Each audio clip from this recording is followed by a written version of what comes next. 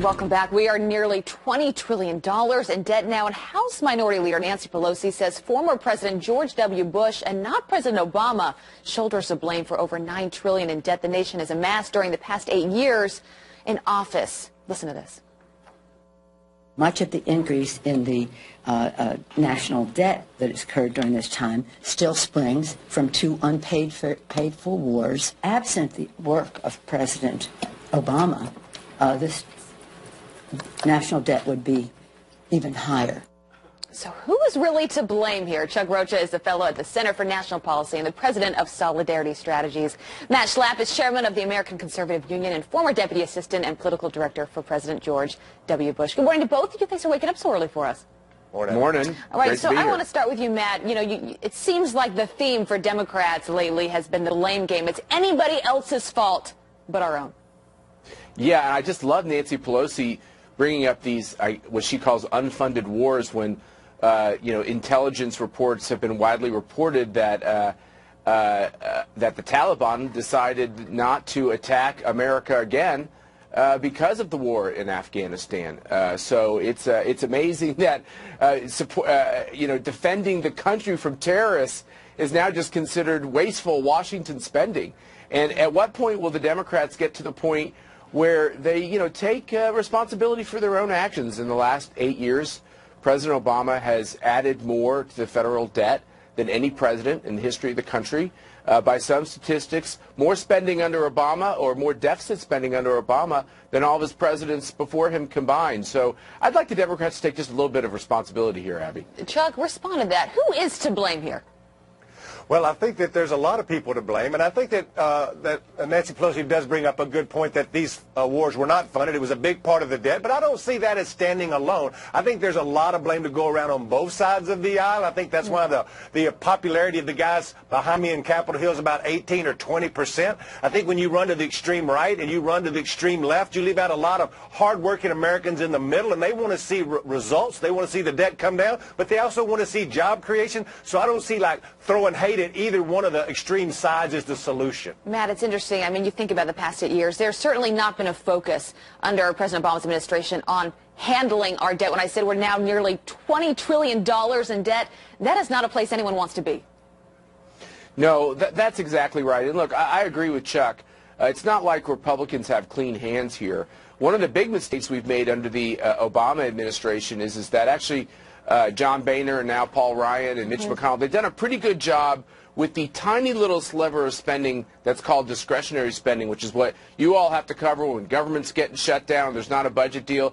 But the 90% of government that matters, which is about these entitlements, we actually spend very, very little time talking about. I think as we get into the repeal of Obamacare and we start talking about Medicare and Medicaid, we can move to a conversation about Social Security. If we don't solve these problems, these programs won't be around, and if the debt keeps growing, we'll have no future. I think we can all agree on that one. Chuck Rocha and Matt Schlapp, thanks for being with us this morning. Good to see you both. Thanks.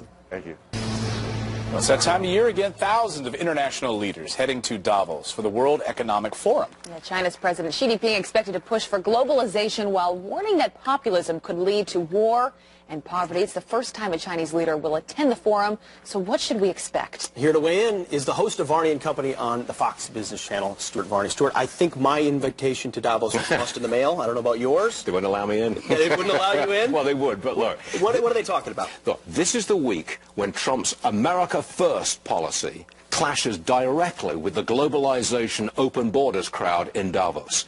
The keynote speech on Tuesday, actually, will be from China's leader.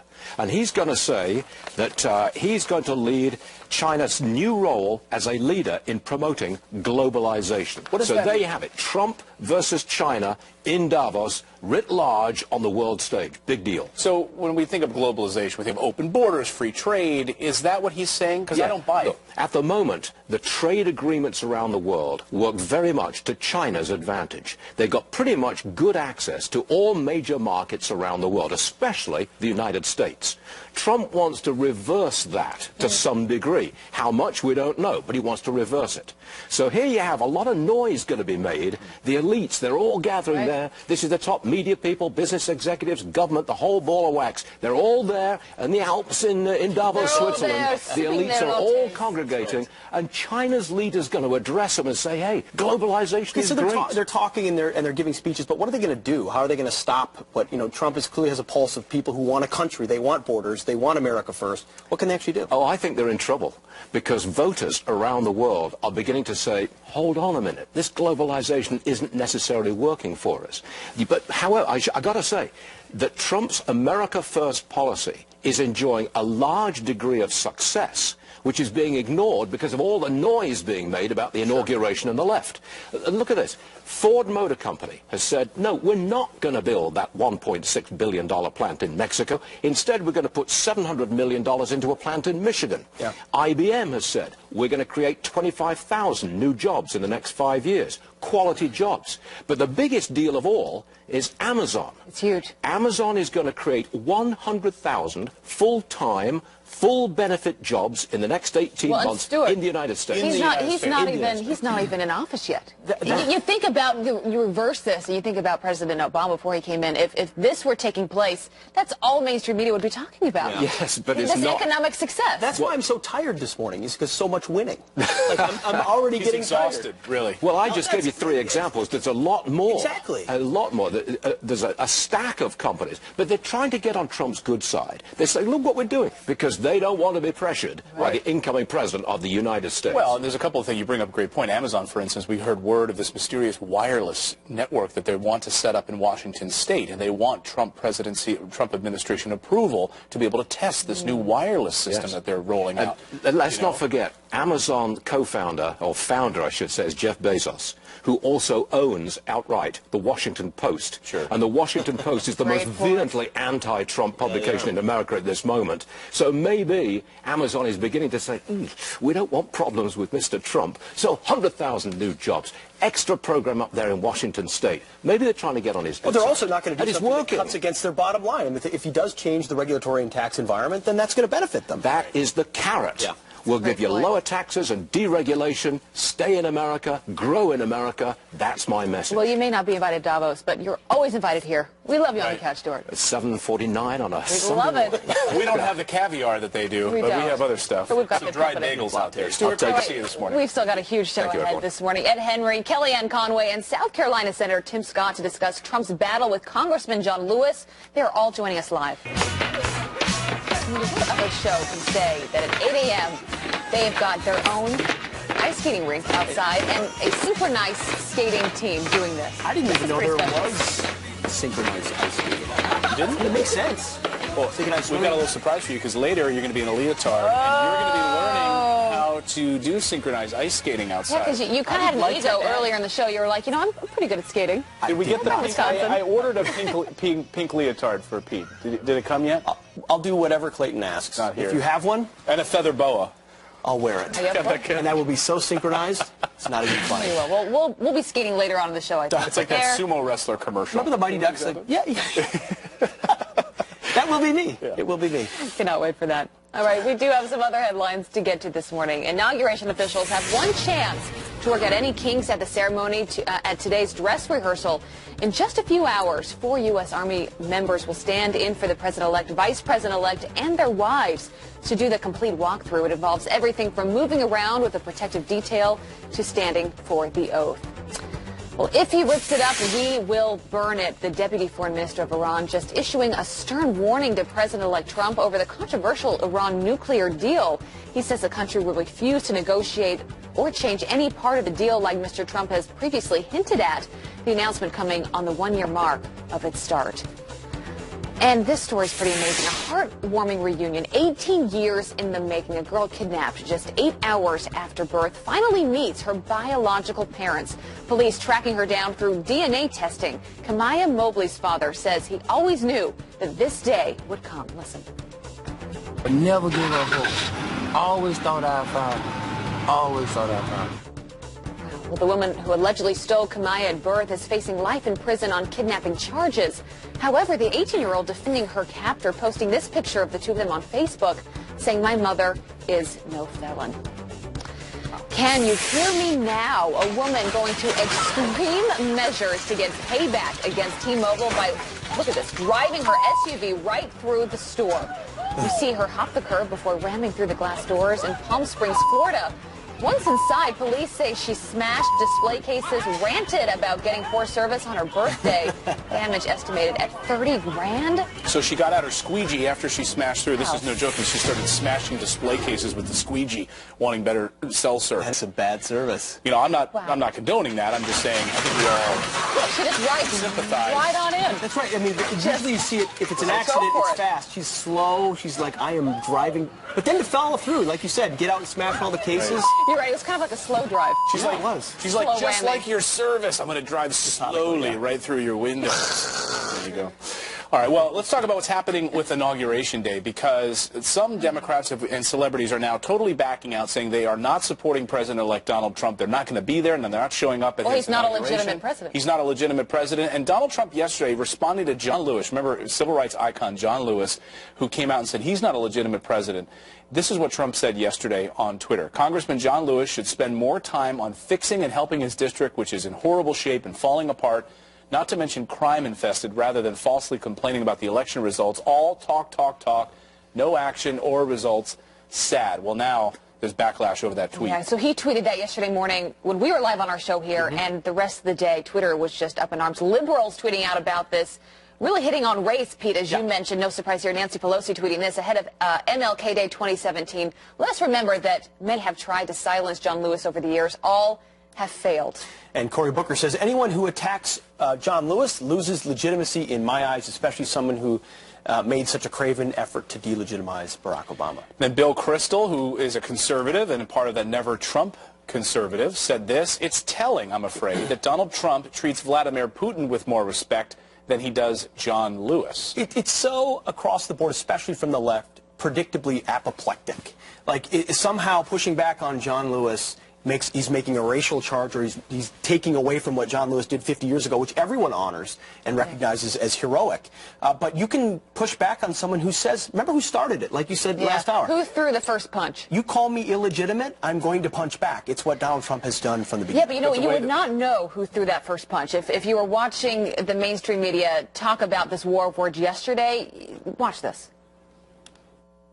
Donald Trump taking on a civil rights icon. The war of words with Congressman John Lewis, what the president-elect tweeted that is sparking outrage. The protest of one legendary civil rights figure. Trump's harsh words for Lewis sparking an onslaught of outrage. President-elect Donald Trump fires back at the civil rights hero who called him an illegitimate president. But Trump also accused Lewis of being all talk, talk, talk, no action.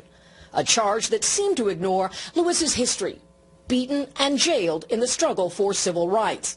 CBS was really the only one there that gave him a fair, analysis of it. Kellyanne Conway is going to be joining us live at 8:30 this morning. We're going to ask her about all of these celebrities that have been pulling out of the inauguration ceremony. She says it doesn't bother her at all. People like Jennifer Holliday, who is now just announced she was all in. She was going to be performing, she said, for the American people. That's why she was going to be a part of this ceremony to perform and sing. Well, she now, after reading an article you pointed out in the Daily Beast that was criticizing her, she's a Broadway star, that apparently her gay fans were upset that she was going to be performing for Trump. There was a ton of backlash, according to this Daily Beast article, and that's when she decided to pull out. She tweeted this, saying, "I sincerely apologize for my lapse of judgment, for being uneducated on the issues that affect every American at this crucial time in history, and for causing such dismay and heartbreak to my fans." If you read between the lines, though, Pete, this seems more about her and worry that she's going to lose some of her fans than it is about stepping up and just being a patriot, performing inauguration. Utterly dismayed by her. You know, she should apologize for her lack of courage, for her lack of a willingness to push back on all these people. As she said, it was because of their policies on LGBT issues. Who was the first president to stand in front of an RNC convention and talk about protecting that community? Donald Trump. Why wouldn't she take this opportunity to make that case? I'm so sick of people caving under a little bit of public pressure on something that's so easy to defend. Hey, I may not have voted for him, but I'm going to perform for him because it's a celebration of our country. Right. Done. Who can speak to that? And she's part of that Broadway community. They're going to be holding protests, of course, as will there'll be a bunch of other protests heading to Washington, D.C. also. But the big question, Clayton, here is, do the American people care what Hollywood thinks? I think, if anything, this election has taught us that they don't care. So we had someone on this morning, deplorable Trump supporter, as he calls himself, Robin Maynard. He was on the show just an hour or two ago, and here's what he said the inauguration should really be about. It's not about the party and the enthusiasm there. It's more about the getting him into office and seeing what he can do for the American people. A lot of people didn't, on the Republican side, didn't complain and throw fits about Obama getting elected the second term. We stood behind him as our president, and what I would like for the Democratic Party to do is get behind our president because he was elected. Stand behind him and back him 100% and try and make America great again. He's not just deplorable, he sounds irredeemable as well. We're going to have Kelly and Conway coming on the show at 8:30 this morning to talk more about that. Let's go outside to Rick, who's been out on the ice skating rink all morning long. Where did the skates go, though? You had them on a minute ago. I actually can do this in shoes, at least in dress shoes. It works. It works out pretty well. Guys, did you know that there's such thing as synchronized ice skating? Not until the top of this hour. Yeah, these guys are synchronized ice skaters. This is amazing. I had no idea. Yeah. You guys are good? Yeah. I just saw a little bit. They're going to show us some more in a bit, guys. You don't want to miss this. This is amazing stuff. Coast and open juveniles. Yeah. They're juveniles. So that's all I heard. Take a look at the weather map. Show you what's going on right now. We have the ice storm, where it's ice instead of synthetic ice across parts of the Central Plains. Big storm across parts of New Mexico right now. And later on today, we could see some severe weather in Texas. But the big story is where you see that pink. That is rain that is falling as rain and then hitting the ground and freezing on contact. And that's why we have this ice storm ongoing. It will continue today and into tomorrow, although tomorrow it lifts a little bit farther off towards the north. So right where you see that purple, that's where we have the ice storm warning going on. You see that's now extended up almost to the Minnesota border. And by tomorrow, we're going to even see some icing up around the Minneapolis area. Here's what it looks like right now. You see that pink? That's where we've got it going, especially across I-70 and I-40. Be very careful. In fact, just stay off those roads. There's nothing you can do once you've got ice on those roads. We're going to continue to see that today, and the accumulations are going to be extreme. The good news is we do warm up there, and temps are going to be back into the 50s, so it'll get better. Sorry, not juveniles. I think it's the juvenile division. Yes. Yeah, juvenile division. Sorry. Thanks for clarifying that, Rick. There you go. They're number one. They're going to want to come back on our show. Exactly. Thanks, Rick. Well, we just told you how the Democrats are slamming the president-elect. Is this their payback to Mr. Trump for an old grudge? Chris Wallace is here to discuss that now. Welcome back. With the left now blasting Donald Trump for firing back at a civil rights icon who called him an illegitimate president. Joining us now is Chris Wallace, host of Fox News Sunday. Chris, good to see you this morning. Hey, Chris. You know, we've seen some fundraising information going out in the wake of all of this. And, you know, anytime like fundraising emails start to go out, you know, the antenna starts to go up. What's really behind all of this? What's the motivation? Is this payback for Donald Trump's foisting of the birther movement years ago? Is this the Democrats' way of firing back on this? Well, look, there are a lot of aspects to this. There's no question that John Lewis started it by saying that he does not regard Donald Trump as a legitimate president. On the other hand, I think counterproductively, Donald Trump then fired back on Twitter, calling John Lewis all talk, no action. If there's one person in America you can't say that about, it's John Lewis, since he was the fellow who walked across the Edmund Pettus Bridge on Bloody Sunday in Selma, Alabama, and got his head cracked open by the police. So there's plenty of action in his life fighting for civil rights. And the more important question really is, you know, Donald Trump is the president. He's trying to get things done. He's going to need Democratic votes. Why get into a fight with John Lewis, even if John Lewis started the fight? Chris, this debate about legitimacy, you know, it got me going back to look at how Barack Obama was treated on January 20th, 2009. The New York Times reported almost no protests. The Tea Party movement didn't start until after he was elected. Is this kind of resistance before a presidency unprecedented? Well, there certainly was some after the 2000 election, which of course was that contested election and the hanging chads in Florida. But it is interesting to note that when George W. Bush took the oath of office in January of 2001, he had an approval rating in the 60s. Donald Trump still has an approval rating in the 40s. And yes, he's going to be president, but he's going to need popular support in order to get all of this very ambitious agenda done. And getting into fights with people like John Lewis doesn't help him in reaching out and trying to build the coalitions, whether they're best friends or not, the coalitions he needs to get things, parts of his agenda accomplished. Quickly, Chris, I'd love your thoughts on Donna Brazile. We've been playing the video all morning of admitting that the Democrats got a bit cocky this election. Were you surprised by that statement from her? Well, no, I think that there's a lot of, the various states of grief going on with Democrats. Obviously, there was some anger, and there's been some depression, and now we're seeing some acceptance. Hillary Clinton was not a very good candidate. As we know, she took some of these states, the blue wall in the upper Midwest, states like Wisconsin and Michigan and Pennsylvania, for granted, and it came back to bite her. You got a big show lined up on Fox News Sunday. You have starting with the Vice President-elect Mike Pence. Tell us about that and more.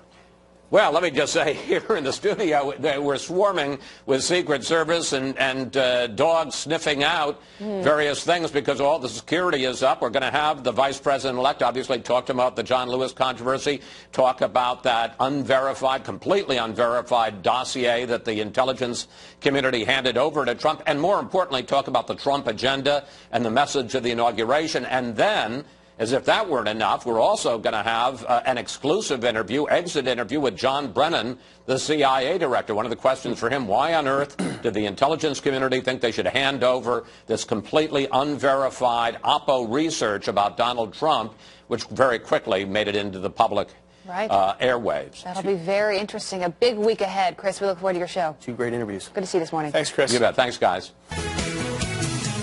I believe in forgiveness. I believe in trying to work with people. It's going to be hard. It's going to be very difficult. I don't see this president-elect as a legitimate president. I think the Russians participated in having this man get elected, and they helped destroy the candidacy of Hillary Clinton. I don't plan to attend inauguration. It would be the first one that I miss since I've been in the Congress. You cannot be at home with something that you feel that is wrong.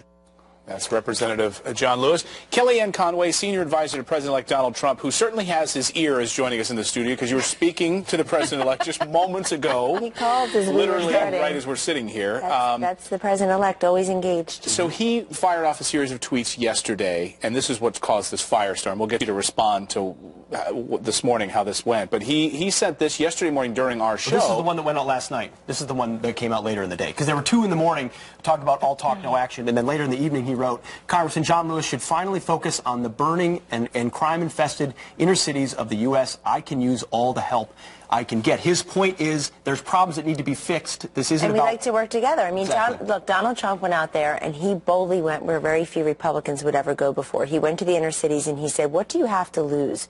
And many responded. He got a higher percentage of the African-American vote than did Mitt Romney or John McCain. And people heard that message. He was talking about better schools. He was talking about jobs and opportunity. He's talking about fixing the infrastructure in the inner cities, reducing crime and drugs. But he needs the help of people like Congressman John Lewis and others. And I would just say everyone agrees that Congressman Lewis is a civil rights and voting rights leader, and he deserves our praise for that.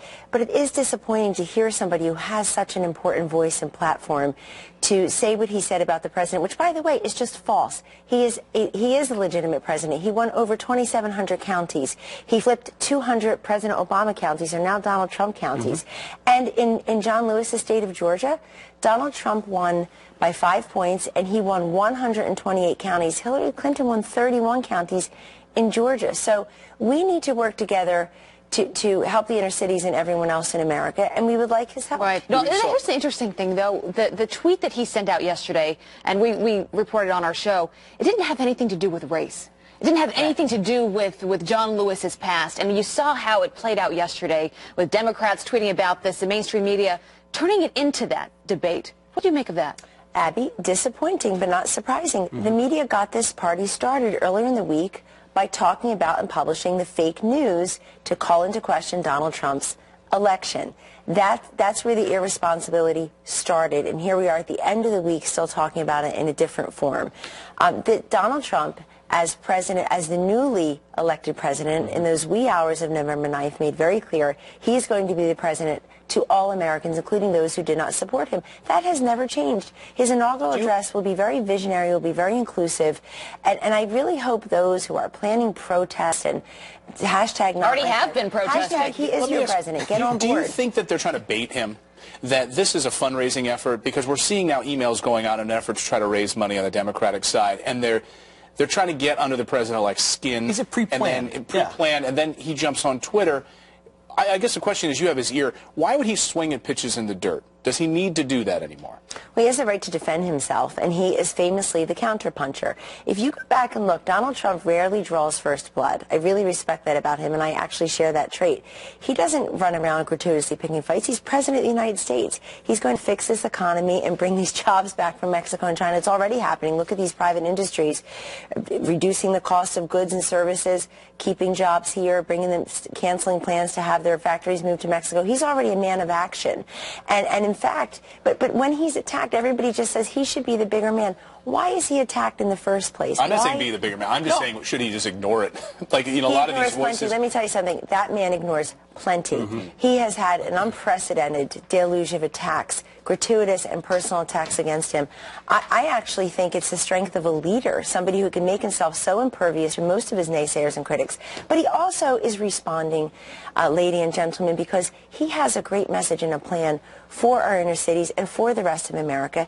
And we want everybody at this time to come together and say, let's give this man his opportunity to execute on this plan. These kids are in failing schools. They are trapped by the zip code where they live. He's the guy who believes in charters and school choice and educational reform for them. Speaking of an opportunity to come together, on Friday, the president-elect will be sworn in as the 45th president of these United States, whether people like it or not. But there are some performers. You've heard about the inauguration. It's going to be an inauguration of the people, but one performer in particular, Jennifer Holliday, backed out just yesterday from pressure online about LGBT and gay rights, is what she says. Here's what she had to say, a little bit of her quote. In light of the information pointed out to me via the Daily Beast article on yesterday, my only choice now must be to stand with the LGBT community and state unequivocally that I will not perform for the welcome concert for any of the inauguration festivities. What do you say to her? Do people even care, Kellyanne? Do people even care that celebrities are backing out of this thing? Probably not. That's a different question. I'm disappointed that she canceled based on an article or based on, some folks expressing their opinion. I wish she had called one of us and actually gotten access to what the president-elect's feeling on any of this is. But you said it best. This is the people's inauguration. It certainly was the people's election. Donald Trump took his message directly to folks over the media, around the naysayers, many of whom were in his own party, and he is the master connector. I've never met such a brilliant communicator in my life, and he was able to communicate and connect directly with the people. The inauguration will be the same, and for all those who are screaming and trying to protest, let's not lose sight, folks, of the millions and millions and millions of Americans who are truly so excited and so moved about his inauguration. Well, as a fan of history, I'm excited to see this. You mentioned as a master communicator, we've had some amazing inauguration speeches in American history. Abraham Lincoln's second inaugural, right, trying to bring this country together. You have, John F. Kennedy's inauguration. What can we expect? Take us behind the scenes a little bit, if you will. Maybe the first few drafts of the inaugural script. Can you give us a little insight into what we're going to hear from Mr. Trump? It's definitely Donald Trump's choices and voices within that speech, and I think you'll see very visionary, uplifting, aspirational, optimistic. That's who he was, especially towards the end of the campaign. Hillary Clinton never pivoted to an aspirational, optimistic, inclusive message, ironically. Her message was, Donald Trump bad, I'm not Donald Trump. His was much more forgotten man, forgotten woman. Here are the specifics of what I will do for this country, for all Americans. You'll hear some of that. And I think it'd be anybody who comes away from that with an unjaundiced eye and a fair, looking at it very fairly, will see a man who wants to be the president of all Americans and intends to be, no matter who is trying to legitimize him, no matter who's criticizing, no matter what media are lying about him and what was or was not said to him. He is the bigger person. And I think people, when they see him out on that dais, they should remember this man comes to Washington owing no one anything. Yeah. And how refreshing it is to have somebody with that enormous successful experience, but outside of government, outside of politics, and the enormous sacrifices that he and his family are making just for him to serve all of us. It already tells you that why he's there. He's there for the people. He's not there for himself. He gave up the riches, the status, the prestige, the power to do this. You have President Obama doing a bit of a farewell tour. He was on 60 Minutes recently and giving President-elect Trump some advice, saying he does need to change his ways once he gets into office. Here's what he said. So saying he can't be an improvisational president. Not exactly hashtag breaking news, but let me just say, for the first time in many years, we have the White House, the House, and the Senate. And so you will see this man make positive change very quickly, make good on his promises, on his plans, really, because for him, he's not a politician. They weren't campaign promises. It was the vision of a successful businessman.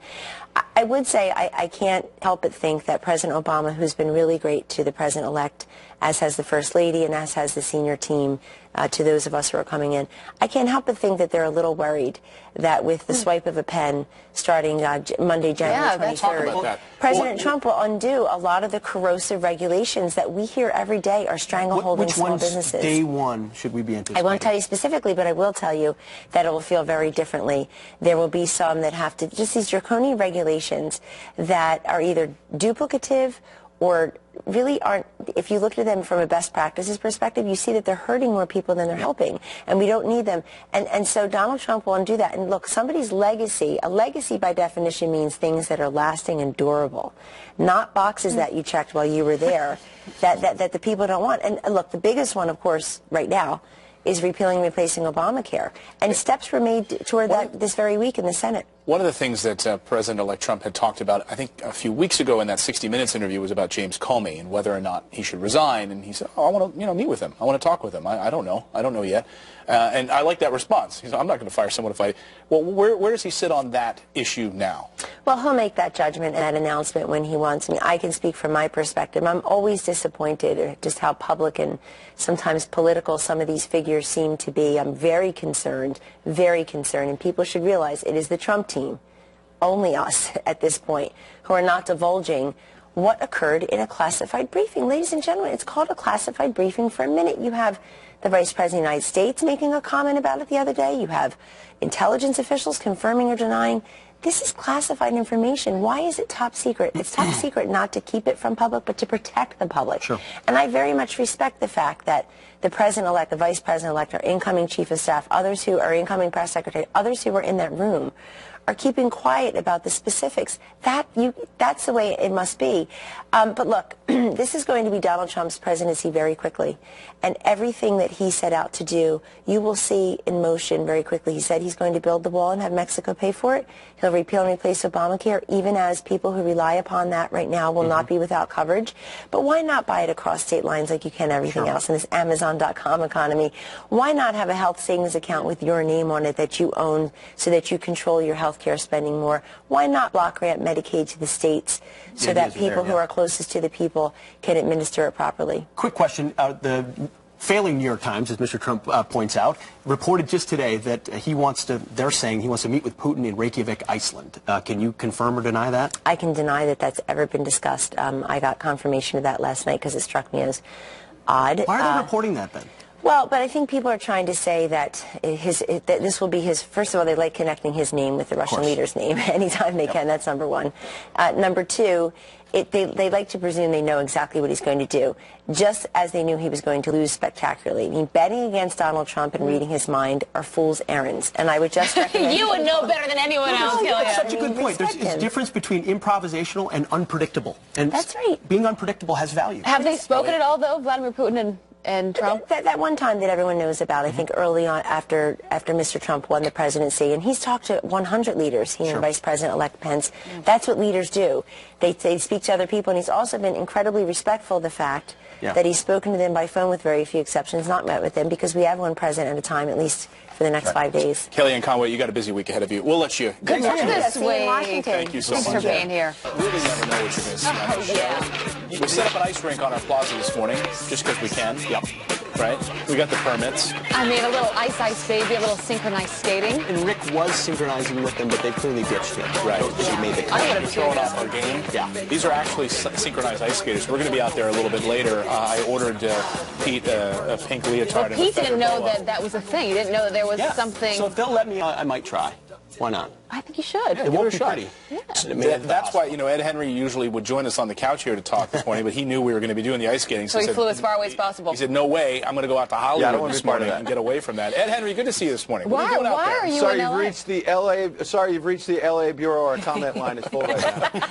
Can I leave a message? We'll move on. Can I leave a message for Ed Henry? What are you doing out there, man?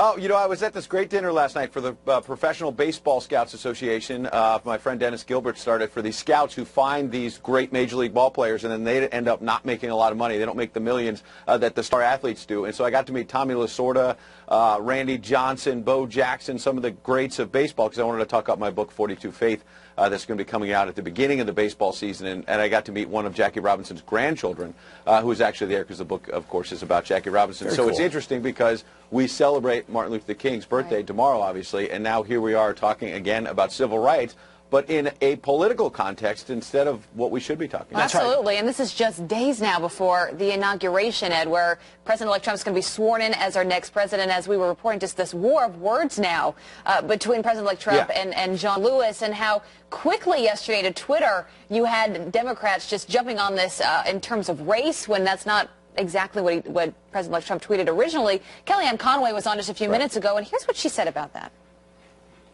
Look, Donald Trump went out there and he boldly went where very few Republicans would ever go before. He went to the inner cities and he said, what do you have to lose? And people heard that message. He was talking about better schools. He was talking about jobs and opportunity. He's talking about fixing the infrastructure in the inner cities, reducing crime and drugs. But he needs the help of people like Congressman John Lewis and others. And I would just say everyone agrees that Congressman Lewis is a civil rights and voting rights leader. And he deserves our praise for that. But it is disappointing to hear somebody who has such an important voice and platform to say what he said about the president, which, by the way, is just false. He is a legitimate president. He won over 2,700 counties. He flipped 200 President Obama counties, and now Donald Trump counties. So we need to work together to help the inner cities and everyone else in America, and we would like his help. Right. So John Lewis calls him illegitimate. Donald Trump punches back. He's punching again this morning. A couple of tweets just came out 3 minutes ago. Mr. Trump tweeting, the Democrats are most angry that so many Obama Democrats voted for me. With all the jobs I'm bringing back to our nation, that number will only get higher. Car companies and others, if they want to do business in our country, have to start making things here win. So he wants to make the point that it's about the policies that he's taking issue with, and it has nothing to do with race. Right, and I suspect that's going to be his focus as we head towards the swearing in on Friday, and rightly so, because the transition has gone very well for Donald Trump in terms of talking about American jobs. In terms of John Lewis, Kellyanne Conway is right as well that he is a civil rights hero. We have to acknowledge John Lewis had his skull fractured fighting for voting rights, and that is a terrific legacy to honor. However, it seems like John Lewis has forgotten the rest of the I Have a Dream speech. I know that he hasn't. Of course he knows all about the speech, but the speech talked about coming together. It talked about focusing on the content of people's character. How in the world can anyone judge Donald Trump's character not just after the first 100 days, but before we've had the first day of him in office? He has not taken office yet. What happened in this country to the standard of letting someone have at least a day, if not 100 days, before you're questioning the legitimacy? And let's not forget, as you pointed out, it was President Obama himself who said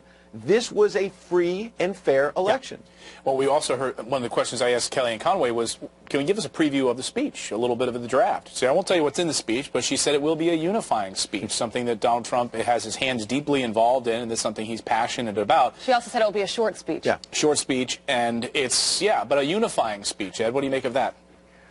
Well, I'd say two things. One is they said it was going to be a short speech when he announced for president, when he came down the escalator, and it went on for over an hour. I think when Mr. Trump Exactly. When he clears his throat and he's got something to say, whether it's on Twitter or in front of the American people at the inaugural, I suspect it's going to go a little longer than they predict. I just looked up some of the quotes, by the way, when you say about a unified message.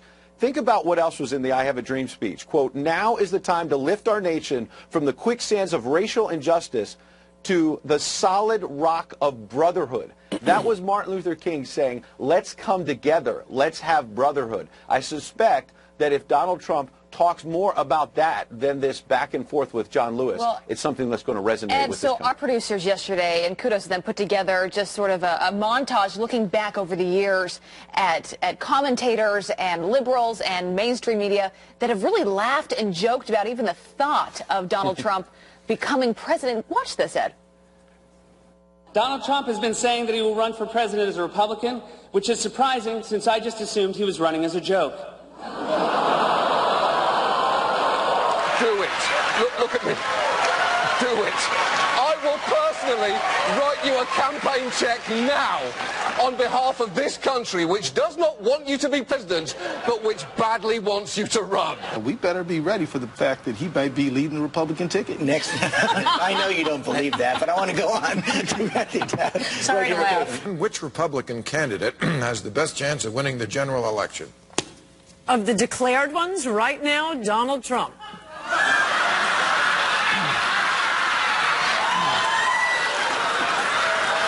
President Obama will go down as perhaps the worst president in the history of the United States! Exclamation point at real Donald Trump. Well, at real Donald Trump, at least I will go down as a president.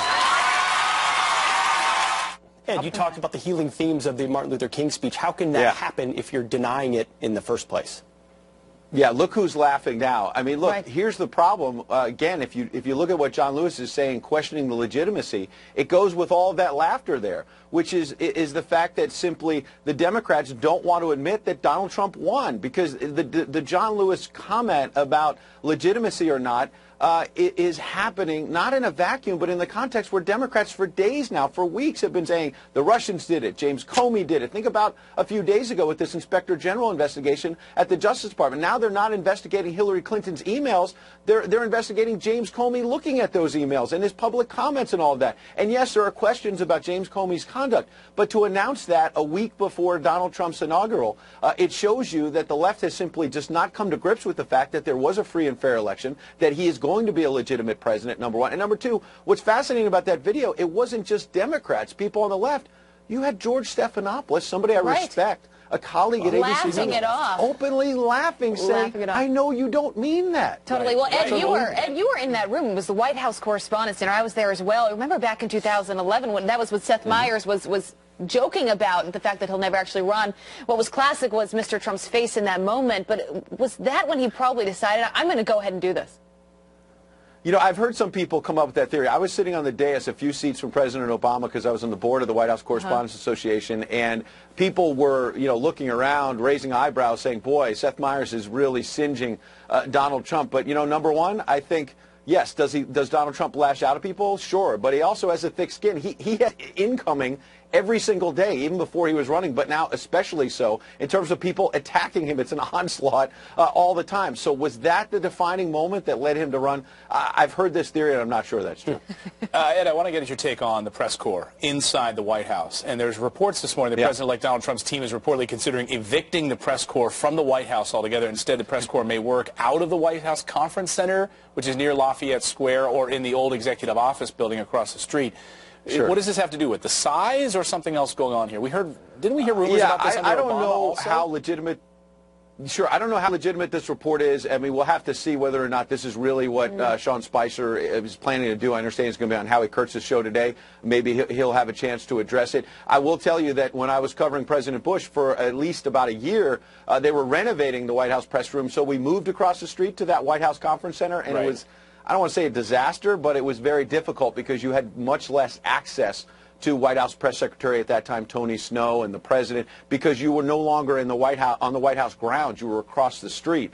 If there's a legitimate reason that the press corps is growing now, I'm sure they'll get a chance to make their case. But you can bet that the press corps is going to be, very upset about this if it were to happen. It's all part of the changing dynamic of how he interacts with the press, and there's a lot of angst there already. Not to mention because he's going around with Twitter and everything else. Absolutely. And Ed, you're in L.A. as we reminded everybody. How can they get your book? Yeah. Well, you just go to Amazon.com, or now it's on BarnesandNoble.com, 42 Faith. The best part about meeting Tommy Lasorda, the longtime Dodgers manager, is that he didn't just say he wants to read the book. He said he watches, this is a true story, he watches Fox and Friends every morning, and I was disappointed to learn that he doesn't really care that much about me or Pete. He doesn't care about Clayton. He said that Abby is one of his favorites. Always the way it is. Tommy Lasorda loves you. That makes my morning. From L.A. They love you out here. Every diner I go to, they say, it's you. I wish it was Abby. We're used to it. You guys, I'm blushing. You're too nice. Thank you, Ed. Good to see you this morning. Thanks, Ed. Good to see you. Travel back safely.